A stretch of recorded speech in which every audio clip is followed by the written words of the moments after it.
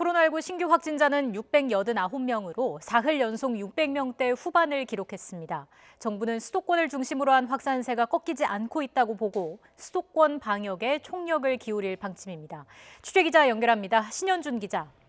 네, 신현준입니다. 네, 먼저 오늘 정오 기준 국내 주요 발생 현황이 발표됐죠. 네, 먼저 신규 집단 감염입니다. 경기도 안양시 종교시설 관련해 누적 확진자가 40명이 발생했습니다. 안양 종교시설에서 시작된 감염이 대전 종교 모임에 이어 김장 모임으로까지 확산돼 교인 23명과 가족 12명 등이 확진 판정을 받았습니다.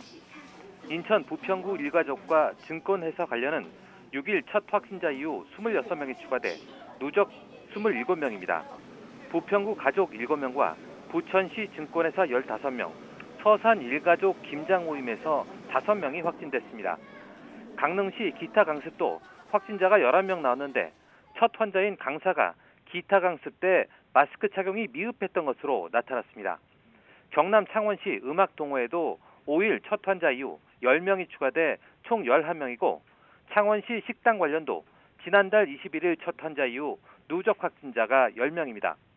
경기 부천시 대학병원은 10명이 추가 확진돼 총 40명이고 울산 남구 요양병원도 2차 전수 조사 중 47명이 추가돼 누적 확진자가 157명입니다. 오늘 0시 기준 코로나19 신규 확진자는 모두 689명으로 사흘 연속 700명에 근접했습니다. 감염 경로는 국내 발생이 673명, 해외 유입이 16명입니다.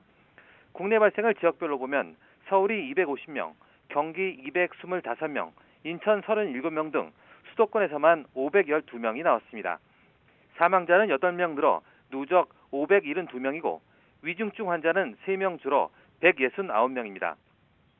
선제적 검사가 늘면서 어제 하루 검사 건수는 3만 3천여 건으로 전날보다 8,500여 건 늘었고 양성률은 2.07%로 0.69%포인트 떨어졌습니다. 자, 중대본 회의에서 수도권에 환자가 집중됐고 확산세 반전은 아직 없다는 지적이 나왔다고요. 네, 사회적 거리두기 단계가 격상된 지 오늘로 나흘째인데요. 정부는 아직 3차 대유행의 확산세 반전이 일어나지 않고 있다며 국민 개개인의 철저한 방역수칙 준수를 당부했습니다. 윤태호 중앙사고수습본부 방역총괄반장은 오늘 브리핑에서 여전히 수도권 환자가 전체의 76%를 차지하고 있고 수도권을 중심으로 한 유행의 확산세가 반전되지 못하는 위중한 상황이라고 진단했습니다. 또 수도권에서 지난달 24일부터 실시한 2단계 격상 효과가 제한적으로 보인다고 분석했습니다. 그러면서 지난 주말 수도권의 휴대전화 이동량이 직전 주보다 0.6% 증가했다며 거리두기 효과가 나타나려면 운영 중단보다는 국민의 적극적 실천이 더 중요하다고 강조했습니다.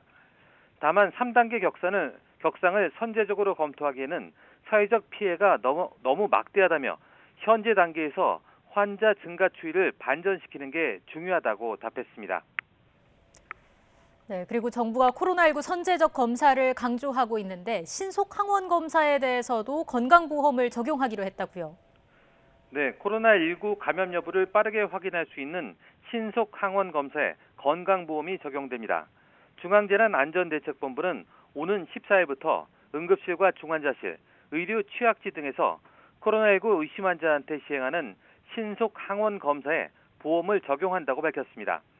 검사 비용은 16,000원 안팎인데 건강보험이 50% 적용돼 본인 부담금은 8,000원 정도로 줄게 됩니다. 또 동네 병원 등 일반 의료기관에서도 이런 신속 항원 검사를 비급여로 할 수 있습니다. 신속 항원 검사는 30분 만에 감염 여부를 확인할 수 있지만 상대적으로 정확도가 떨어져 양성 판정을 받게 되면 추가로 PCR 검사를 해야 합니다. 정부는 또 확진자 급증에 대비해 수도권 공공병원을 중심으로 병상 1,000여 개를 추가로 확보하겠다고 밝혔는데요.